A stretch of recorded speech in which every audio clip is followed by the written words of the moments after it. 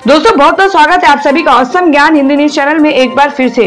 दोस्तों आज पूरे दिन की कई महत्वपूर्ण और बड़ी खबरें निकल कर आ रही हैं, तो बारी बारी से सब खबरों को हम इस वीडियो में आपको बताने वाले हैं। तो दोस्तों वीडियो को बिना आगे बढ़ाए लास्ट तक जरूर देखिएगा, क्योंकि सारी खबरें बहुत ही महत्वपूर्ण है। तो चलिए देख लेते हैं कि पहली बड़ी खबर क्या निकल कर आ रही है।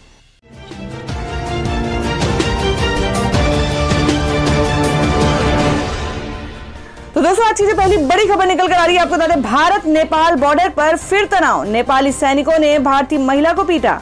जी आपको बता दें कि एक बार फिर से भारत नेपाल सीमा पर तनाव की खबरें सामने आ रही हैं। खरसलवा सीमा पर शुक्रवार की शाम करीब 5 बजे नेपाली आर्म्ड पुलिस फोर्स और भारतीय ग्रामीणों के बीच झड़प हो गई। नेपाली पुलिस द्वारा हवाई फायरिंग की जाने की खबर है। हालांकि हवाई फायरिंग की आधिकारिक पुष्टि नहीं हो पाई है। सूचना मिलने पर बैद्यनाथपुर भंगहा कैंप के एसएसबी जवान, खरसलवा और जमुनिया कैंप के एसएसबी जवान मौके पर पहुंचे और झरोखर थाना पुलिस के जवानों ने ग्रामीणों और नेपाल के जवानों से बात करने के बाद मामला शांत कराया।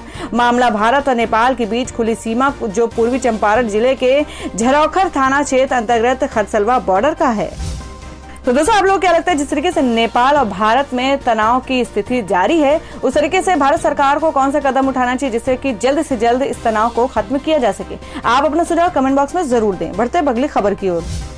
और वहीं अगली खबर में आपको बता दें कि कोरोना वायरस वैक्सीन के लिए कोशिशें तेज, इन 6 शहरों में चल रहा ह्यूमन ट्रायल। जी आपको बता दें कि कोरोना वायरस की वैक्सीन बनाने के लिए देश में प्रयास जारी है। भारत बायोटेक और जाइडस कैडिला की वैक्सीनों का अलग अलग राज्यों के 6 शहरों में ह्यूमन ट्रायल यानी इंसानों पर परीक्षण चल रहा है। भारत बायोटेक की कोवैक्सीन को Indian council of medical research और नेशनल इंस्टीट्यूट ऑफ वायरोलॉजी के साथ मिलकर तैयार किया गया है। इस वैक्सीन का 12 शहरों में ट्रायल होना है। देश में 6 शहरों हैदराबाद, पटना, कांचीपुरम, रोहतक और दिल्ली में कोवैक्सीन के ट्रायल शुरू हो चुके हैं। इसके बाद इस वैक्सीन का ट्रायल नागपुर, भुवनेश्वर, बेलगाम, गोरखपुर, कानपुर, गोवा और विशाखापत्तनम में किया जाएगा। पहले चरण में 500 वॉलंटियर शामिल होंगे जिनकी उम्र 18 से 55 साल के बीच होगी।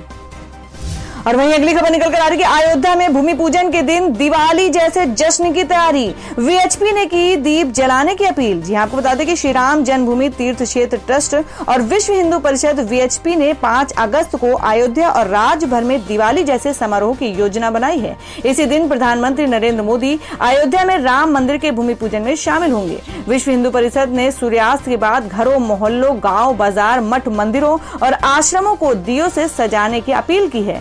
अयोध्या में संतों ने स्थानीय लोगों को इस दिन दिवाली मनाकर भूमि पूजन करने का आह्वान किया है। और वहीं अगली खबर में आपको बता दें कि लॉकडाउन हटाने की मांग पर भड़के उद्धव ठाकरे, कहा हटा दूंगा लेकिन मौतों की जिम्मेदारी कौन लेगा? जी आपको बता दें कि कोरोना वायरस के लगातार बढ़ रहे मामलों के बीच सीएम उद्धव ठाकरे ने महाराष्ट्र में लॉकडाउन न हटाने को लेकर एक बड़ा बयान दिया है। उद्धव ठाकरे ने कहा है कि महाराष्ट्र से जल्दबाजी में लॉकडाउन न हटाने का उनका फैसला सही है और वो इस पर मजबूती से कायम है। इसके साथ ही उद्धव ने कहा कि जो लोग लॉकडाउन हटाने की मांग कर रहे हैं, क्या वो लोग कोरोना वायरस से हो रही मौतों की जिम्मेदारी लेंगे? गौरतलब है कि महाराष्ट्र में लगातार लॉकडाउन जारी रखने को लेकर सीएम उद्धव ठाकरे को आलोचनाओं का सामना करना पड़ रहा है। लॉकडाउन को लेकर हाल ही में एनसीपी प्रमुख शरद पवार ने भी उद्धव ठाकरे से कहा था कि वो राज्य में कारोबार और उद्योग धंधों से संबंधित प्रतिष्ठानों को खोलने की प्रक्रिया शुरू करें। शिवसेना के मुखपत्र सामना को दिए गए इंटरव्यू में सीएम उद्धव ठाकरे ने कहा कि कोरोना वायरस के साथ चलना आसान काम नहीं है और इसके लिए अर्थव्यवस्था व जनता के स्वास्थ्य के बीच संतुलन बनाना बहुत जरूरी है।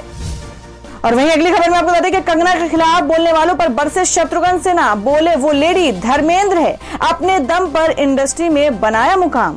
जी आपको बता दें कि बॉलीवुड एक्टर सुशांत सिंह राजपूत की मौत के बाद से इंडस्ट्री में नेपोटिज्म, भाई भतीजावाद को लेकर घमासान मचा हुआ है। कंगना रनौत लगातार इसे लेकर अपनी राय रख रही हैं। कई लोग ने कंगना का विरोध किया तो कई लोग उनके समर्थन में भी आए हैं। इसी बीच बॉलीवुड के दिग्गज कलाकार शत्रुघ्न सिन्हा कंगना के पक्ष में उतरे हैं। कंगना ने नेपोटिज्म पर खुलकर बोला था, उसी पर शत्रुघ्न सिन्हा ने भी आकर कंगना का समर्थन किया है। आपको बता दें कि शत्रुघ्न सिन्हा ने एक इंटरव्यू के दौरान कहा कि फिल्म में कई ऐसे बड़े कलाकार हैं जो छोटे शहरों से आते हैं मुंबई में अपना करियर बनाने के लिए।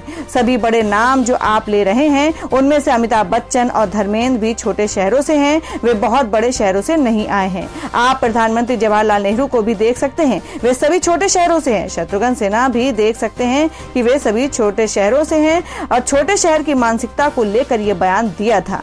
आपको बता दें, शत्रुघ्न सिन्हा ने फिर कंगना रनौत के बारे में बात की, जो उत्तर भारत के एक छोटे से शहर से आती हैं और उन्हें महिलाओं का धर्मेंद्र कहा। आपको बता दें, शत्रुघ्न सिन्हा ने कहा कि वह कंगना कठिन समय का सामना करते हुए जीवन में आगे बढ़ी और अभी भी अच्छा कर रही हैं। ज्यादातर लोग कंगना के खिलाफ बोलते हैं या वे कंगना का विरोध करते हैं क्योंकि उन्हें उससे जलन होती है। वे सोचते हैं कि हमारे एहसानों के बिना और हमारी मर्जी के बिना और हमारे समूह का हिस्सा बने बिना, हमारे धक्का मुक्की के बिना ये लड़की कैसे सफल हुई। उन्हें ये पसंद नहीं है। आपको बता दें, वे ईर्ष्यालु हैं, उनमें एक हीन भावना है। यही कारण है कि कंगना महिलाओं का धर्मेंद्र है। उसने खुद को धर्म जी की तरह साबित किया और भगवान ने उसे आशीर्वाद दिया। और वहीं अगली खबर में आपको बता दें कि 3 अगस्त से खुल सकते हैं सिनेमा घर। बैठने के लिए इन नियमों का करना होगा पालन। जी हम बात करें कि देश भर में सिनेमा घर पिछले 4 महीनों से बंद है। अब अगस्त में उनमें फिर से रौनक देखने को मिल सकती है। हालांकि वहां पर नियम अब पहले की तरह नहीं रहेंगे। कोरोना के कहर को देखते हुए उसमें कई बदलाव किए गए हैं। इसके लिए SOP भी तैयार हो गई है। केंद्रीय सूचना एवं प्रसारण मंत्रालय ने गृह मंत्रालय से अनलॉक 3 में सिनेमा घरों को खोलने की सिफारिश की है। हालांकि अभी इस पर अंतिम फैसला होना बाकी है। और वहीं अगली खबर में जान लेते हैं क्या है देश भर में कोरोना संक्रमण के ताजा हालात। देश में कोविड-19 के 48,916 नए केस सामने आए और कुल मामले 13,36,000 से अधिक हुए। जी आपको बता दें कि देश में कोरोना वायरस यानी कोविड-19 महामारी का संकट थमता दिख नहीं रहा है। स्वास्थ्य और परिवार कल्याण मंत्रालय के ताजा आंकड़ों के अनुसार पिछले 24 घंटे में कोरोना वायरस के 48,916 नए मामले सामने आए हैं और 757 मरीजों की जान जा चुकी है। देश में अब तक की कोविड-19 पॉजिटिव मामलों की कुल संख्या 13,36,861 हो गई है। तो दोस्तों, खबरों में आगे बढ़ने से पहले जान लेते हैं आज के माइंड क्विज के सवाल को। आज का सवाल आपको बताना है कि बांग्लादेश के प्रधानमंत्री का क्या नाम है। इसका जवाब आपको वीडियो के नीचे कमेंट बॉक्स में देना है और सही जवाब देने वालों को रैंडमली सिलेक्ट किया जाएगा और वो जीत सकते हैं बम्पर पुरस्कार। बढ़ते अगली खबर की ओर। और अब अगली खबर में आपको बता दें कि बाढ़ से असम और बिहार में स्थिति भयावह। कुल 37 लाख लोग हुए हैं प्रभावित। जी हम बात करें कि असम और बिहार में बाढ़ ने भारी तबाही मचाई है। बाढ़ से यहां करीब 37 लाख की आबादी प्रभावित है और खबर है कि इसके कारण असम में 3 और लोगों की जान जा चुकी है। बात अगर सिर्फ असम की करें तो यहाँ के 33 जिलों में 27 लाख लोग प्रभावित हुए हैं। बारपेटा, कोकराझार और मोरी गांव से मौत के मामले सामने आए हैं। बाढ़ और भूस्खलन के कारण राज्य में इस साल 122 लोगों की जान गई है। बिहार में करीब 10 लाख लोग बाढ़ से प्रभावित हुए हैं। गंडक नदी का तटबंध 3 स्थानों पर टूट जाने से कई इलाके डूब गए। हालांकि किसी की मौत की सूचना नहीं मिली है। राज्य आपदा प्रबंधन विभाग के मुताबिक 10 जिलों में 74 प्रखंडों की 529 पंचायतों में 9.60 लाख लोग बाढ़ से प्रभावित हुए हैं। बिहार में पश्चिम चंपारण, पूर्वी चंपारण, सीतामढ़ी, शिवहर, सुपौल, किशनगंज, दरभंगा, मुजफ्फरपुर, गोपालगंज और खगड़िया बाढ़ से प्रभावित है। उधर अरुणाचल प्रदेश में मूसलाधार बारिश से कई जिलों का संपर्क कट गया है और बाढ़ जैसी स्थिति पैदा हो गई है। और वहीं अगली खबर में आपको बता दें कि रिलायंस का एक और कमाल, बनी दुनिया की दूसरी सबसे बड़ी ऊर्जा कंपनी। जी आपको बता दें कि देश की सबसे अधिक मार्केट कैपिटल वाली कंपनी रिलायंस इंडस्ट्रीज ने एक और रिकॉर्ड अपने नाम कर लिया है। मार्केट कैपिटल 14 लाख करोड़ रुपए से अधिक की रिकॉर्ड ऊंचाई पर पहुंचने रिलायंस इंडस्ट्रीज ने दुनिया की दूसरी सबसे मूल्यवान ऊर्जा कंपनी बनने के लिए एक्सॉन मोबिल को पीछे छोड़ दिया है। शेयर बाजार के आंकड़ों के अनुसार तेल से टेलीकॉम तक की दिग्गज रिलायंस अब मार्केट कैपिटल मामले में वैश्विक स्तर पर 46वें स्थान पर पहुंच गई है। गुरुवार को रिलायंस 48वें स्थान पर थी मगर एक्सॉन मोबिल से पीछे थी। शुक्रवार को इसके शेयर की कीमत 2,146.20 रुपए पर वापस लौटने से पहले 2,163 रुपए के ऑल टाइम हाई पर पहुंची, जिससे कंपनी 46वें स्थान पर पहुंच गई है। और अब बता दें कि सीनियर सिटीजन को मिलेगी 10,000 रुपए की पेंशन। मोदी सरकार की इस योजना का उठाए लाभ। जी आपको बता दें कि आप अपने माता पिता के लिए 10,000 रुपए तक की मासिक पेंशन की व्यवस्था कर सकते हैं। इसके लिए आप केंद्र सरकार की ओर से शुरू की गई प्रधानमंत्री वय वंदना योजना में एक मुश्त राशि निवेश कर सकते हैं। केंद्र सरकार ने 31 मार्च 2023 तक इस स्कीम की हेडलाइन बढ़ा दी है। इस योजना के लिए आवेदन प्रधानमंत्री वय वंदना योजना की आधिकारिक वेबसाइट और भारतीय जीवन बीमा निगम जाकर कर सकते हैं। आपको एक आवेदन फॉर्म भरना होगा जिसमें सभी जरूरी जानकारियां देनी होंगी। आवेदन फॉर्म के साथ कुछ प्रमाण पत्र भी जमा करने होंगे। सीनियर सिटीजन ऑनलाइन इस स्कीम में आवेदन कर सकते हैं। और वहीं अगली खबर निकल कर आ रही कि प्राइवेट कोविड अस्पताल में इलाज के नाम पर वसूला जा रहा था ज्यादा बिल, सरकार ने रद्द की मान्यता।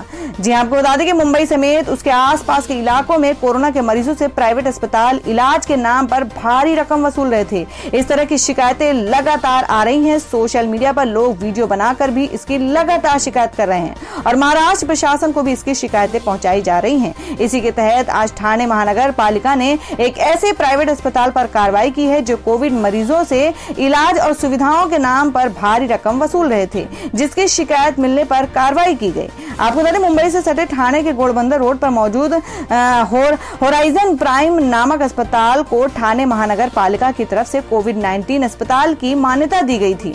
यहां पर कोविड पीड़ित मरीजों का इलाज किया जा रहा था, लेकिन यहां से प्रशासन को लगातार शिकायतें आ रही थी कि मरीजों से सुविधा और इलाज के नाम पर ज्यादा बिल वसूला जा रहा है, जिसके बाद ठाणे महानगर पालिका ने इस अस्पताल को नोटिस भेजा है। और अब बता दें कि वीकेंड लॉकडाउन का दिखा असर, उत्तर प्रदेश की सड़कों पर छाया रहा सन्नाटा। जी हम बात करें कि उत्तर प्रदेश में शनिवार और रविवार के वीकेंड लॉकडाउन के कारण राजधानी के अधिकतर इलाकों में और अन्य शहरों में सन्नाटा छाया रहा। केवल दवा और आवश्यक वस्तुओं की ही दुकानें खुली नजर आई। टेम्पो, टैक्सी और सरकारी बस सेवा बंद होने के कारण सड़कों पर लगभग सन्नाटा पसरा रहा। केवल आवश्यक सेवाओं में लगे इक्का दुक्का वाहन चलते नजर आए। प्रमुख चौराहों पर तैनात पुलिस टीमें हर आने जाने वाले को रोक रही थी। केवल आवश्यक काम करने के लिए निकलने वालों को ही जाने दिया जा रहा था। तो दोस्तों खबरों में आगे बढ़ने से पहले एक बार फिर से आपको याद दिला दें कि अगर आपने अभी तक हमारी वीडियो को लाइक नहीं किया तो जल्दी से वीडियो को लाइक कर दें, क्योंकि आपका एक लाइक हमारे लिए बहुत ही महत्वपूर्ण होता है। और अगर आप हमारे चैनल पर नए हैं तो चैनल को जरूर सब्सक्राइब कर लें और बेल के बटन को भी जरूर हिट कर दें। और हमारी पूरी न्यूज को जानने के लिए वीडियो को लास्ट तक जरूर देखें। बढ़ते हैं अगली खबर की ओर। और अब बता दें कि सीएम शिवराज के कोरोना पॉजिटिव पाए जाने पर दिग्विजय सिंह का तंज, कहा सोशल डिस्टेंसिंग का ख्याल रखना चाहिए था। जी आपको बता दें कि मध्य प्रदेश के CM Shivraj Singh Chauhan corona virus से पॉजिटिव पाए गए हैं। इसकी जानकारी शनिवार को उन्होंने ट्वीट करते हुए दी है। इसको लेकर कांग्रेस के राज्यसभा सांसद दिग्विजय सिंह ने तंज कसते हुए कहा है कि आपको सोशल डिस्टेंसिंग का ख्याल रखना चाहिए। दिग्विजय सिंह ने ट्वीट करते हुए कहा कि दुख है शिवराज जी, आप कोरोना संक्रमित पाए गए। ईश्वर आपको शीघ्र स्वस्थ करे। आपको सोशल डिस्टेंसिंग का ख्याल रखना चाहिए था, जो आपने नहीं रखा। मुझ पर तो भोपाल पुलिस ने एफआईआर दर्ज कर ली थी, आप पर कैसे करते। वहीं शिवराज सिंह चौहान ने कहा कि वे लोगों के लिए अस्पताल में काम करते रहेंगे ताकि कोई काम नहीं रुके। शिवराज सिंह चौहान ने ट्वीट करते हुए कहा कि मेरे शुभेच्छुओं ने मेरे लिए जो शुभकामनाएं दी हैं, मैं उसके लिए सभी को धन्यवाद देता हूं। जनता का कोई काम बाधित ना हो, इसलिए अस्पताल से काम करता रहूंगा। आप सभी से आग्रह है कि मास्क पहने, 2 गज की दूरी पर रहें और सभी स्वास्थ्य निर्देशों का पालन अवश्य करें। और वहीं अगली खबर में आपको बता दें कि सीएम योगी ने राम मंदिर के भूमि पूजन की तैयारियों का लिया जायजा। कहा अयोध्या में 500 साल बाद ऐसा शुभ मुहूर्त। जी आपको बता दें कि यूपी के मुख्यमंत्री योगी आदित्यनाथ ने शनिवार को अयोध्या का दौरा किया और राम मंदिर के भूमि पूजन की तैयारियों का जायजा लिया। भूमि पूजन के लिए जो जमीन समतल की गई उसे देखने के बाद उन्होंने राम मंदिर का नक्शा भी देखा। उन्होंने रामलला के दर्शन भी किए और हनुमानगढ़ी मंदिर भी गए। 5 अगस्त को राम मंदिर का भूमि पूजन है। मुख्यमंत्री ने कहा कि अयोध्या में 500 सालों बाद ये शुभ मुहूर्त देखने को मिला है। उन्होंने कहा कि रक्षाबंधन से हमारा प्रयास होना चाहिए कि लगातार 3 दिनों तक हर मंदिर में अखंड रामायण का पाठ हो। इसके साथ ही उन्होंने कहा कि देश और दुनिया में अयोध्या का व्यापक प्रभाव है, इसे करने में हम सफल रहे हैं और ये शुभ मुहूर्त हम सब के सामने आ रहा है। श्री राम जन्मभूमि तीर्थ क्षेत्र की तरफ से बनाई गई व्यवस्था और उसके अनुशासन का हम सभी पालन करेंगे। और वहीं बता दें कि कांग्रेस विधायक दल की बैठक में सीएम गहलोत बोले जरूरत पड़ी तो पीएम आवास के बाहर प्रदर्शन करेंगे। जी आपको बता दें कि राजस्थान का सियासी पारा चढ़ा हुआ है। कांग्रेस विधानसभा सत्र बुलाने की मांग कर रही है। इस बीच आज जयपुर के फेयरमाउंट होटल में कांग्रेस के विधायक दल की बैठक हुई। इस बैठक में राज्य के सीएम अशोक गहलोत ने कहा कि अगर जरूरत हुई तो वे राष्ट्रपति भवन जाएंगे। इसके साथ ही उन्होंने कहा कि जरूरत पड़ने पर वे प्रधानमंत्री आवास के बाहर भी प्रदर्शन करेंगे। उधर आज कांग्रेस के राजस्थान में जिला मुख्यालयों के बाहर बीजेपी के खिलाफ प्रदर्शन किया। राजधानी जयपुर और बीकानेर सहित दूसरे जिला मुख्यालयों पर कांग्रेस कार्यकर्ताओं द्वारा धरना प्रदर्शन किए जा रहे हैं। और वहीं आपको बता दें कि अनुराग कश्यप का खुलासा, सुशांत ने मेरी कई फिल्में ठुकराई क्योंकि वे किसी आउटसाइडर की तरह यशराज और धर्मा के साथ काम करना चाहते थे। जी आपको बता दें कि सुशांत सिंह राजपूत की मौत के बाद से ही हिंदी फिल्म इंडस्ट्री में नेपोटिज्म और इनसाइडर आउटसाइडर को लेकर बहस छिड़ी हुई है। इसी बीच फिल्म मेकर अनुराग कश्यप ने खुलासा करते हुए बताया कि उन्होंने सुशांत को कुछ फिल्में ऑफर की थी, लेकिन उन्होंने एक आउटसाइडर की जगह यशराज और धर्मा प्रोडक्शन जैसे बड़े बैनर से जुड़ने में रुचि दिखाई। न्यूज चैनल एनडीटीवी को दिए इंटरव्यू में सुशांत सिंह से हुई पहली मुलाकात के बारे में बताते हुए अनुराग ने कहा कि मैं गैंग्स ऑफ वासेपुर के लिए कास्ट कर रहा था, तब मैं पहली बार सुशांत से मिला था। हमारी कास्टिंग खत्म हो चुकी थी। मुकेश छाबड़ा कास्टिंग डायरेक्टर मेरे ऑफिस से ही काम करते थे। सुशांत आया और हमने कहा तू बिहार का लड़का है, पहले मिलता तो मैं तुझे फिल्म में काम देता। अनुराग के मुताबिक उन दिनों अभिषेक कपूर काय पोचो के लिए कास्टिंग कर रहे थे और वो उस रोल के लिए खास तौर पर किसी टेलीविजन स्टार को खोज रहे थे। मैंने उन्हें सुशांत के बारे में बताया और कहा कि तुम इस बारे में एकता कपूर से बात करो, वो तुम्हारी कजिन भी है, वो तुम्हें बताएंगी कि सुशांत कैसा है। आगे चलकर यही सुशांत की डेब्यू फिल्म बनी, फिर उन्हें पीके में भी रोल मिल गया। इसके बाद कश्यप ने साल 2014 में अपने को प्रोडक्शन में बनी फिल्म हंसी तो फंसी का जिक्र छेड़ते हुए कहा, हम फैंटम फिल्म्स की शुरुआत कर रहे थे, उस वक्त हमने हंसी तो फंसी सुशांत के साथ शुरू की थी। इसके बाद हम परिणीति चोपड़ा के पास गए, उस वक्त तो वो यशराज फिल्म्स के साथ काम कर रही थी। इसी बीच सुशांत भी यशराज फिल्म के पास गया और उनसे बात की। उन्होंने उसे बुलाया और डील देते हुए कहा कि आप शुद्ध देसी रोमांस करो। आगे अनुराग ने बताया कि यशराज फिल्म ने उसे बुलाया और कहा कि हम आपको एक डील देंगे, आप शुद्ध देसी रोमांस करो। सुशांत जो मुकेश के साथ मेरे ऑफिस में बैठता था, हम सब साथ बैठते थे। उसने यशराज फिल्म के साथ फिल्म साइन कर ली और एक आउटसाइडर की फिल्म हंसी तो फंसी को छोड़ दिया, क्योंकि उसको प्रामाणिकता यशराज फिल्म से चाहिए थी। ये हर किसी एक्टर के साथ है, इसलिए मैं कोई शिकायत नहीं कर रहा हूँ। इसके बाद हमने वो फिल्म सिद्धार्थ मल्होत्रा के साथ बनाई। और वहीं जान लेते हैं क्या है देश भर में मौसम के ताजा हालात। जी आपको बता दें, दिल्ली यूपी में फिर बारिश की संभावना, इन राज्यों में मौसम विभाग का अलर्ट। आपको बता दें कि देश के कई राज्यों में बाढ़ का सिलसिला जारी है, तो पहाड़ों पर भी भारी बारिश के बाद भूस्खलन से हो रही परेशानी का सामना करना पड़ रहा है। देश की राजधानी दिल्ली में शुक्रवार देर शाम हुई बारिश के बाद से मौसम सुहावना है। वहीं उत्तर प्रदेश, उत्तराखंड और मध्य प्रदेश में भी बारिश के मौसम का मिजाज बदला हुआ है। और मौसम विभाग के अनुसार यानी 25 जुलाई को भी दिल्ली एनसीआर में हल्की से मध्यम बारिश के आसार हुए और मौसम अभी पूरी तरह से शुष्क नहीं होगा। भारतीय मौसम विभाग IMD ने 25-26 जुलाई को बारिश का पूर्वानुमान लगाया है। दिल्ली के साथ एनसीआर के शहरों में भी झमाझम बारिश हो सकती है। तो दोस्तों ये थी अब तक की सभी बड़ी खबरों की अपडेट से टुडे ब्रेकिंग न्यूज और लेटेस्ट खबरों को देखने के लिए हमारे चैनल ऑसम ज्ञान हिंदी न्यूज चैनल से जुड़े रहिए और हमारे वीडियो को लाइक शेयर जरूर कर दें अपने दोस्तों और रिलेटिव्स के साथ। तो दोस्तों फिर मिलेंगे काम की खबरों और सरकारी योजनाओं की एक और नई वीडियो के साथ। तब तक के लिए धन्यवाद दोस्तों।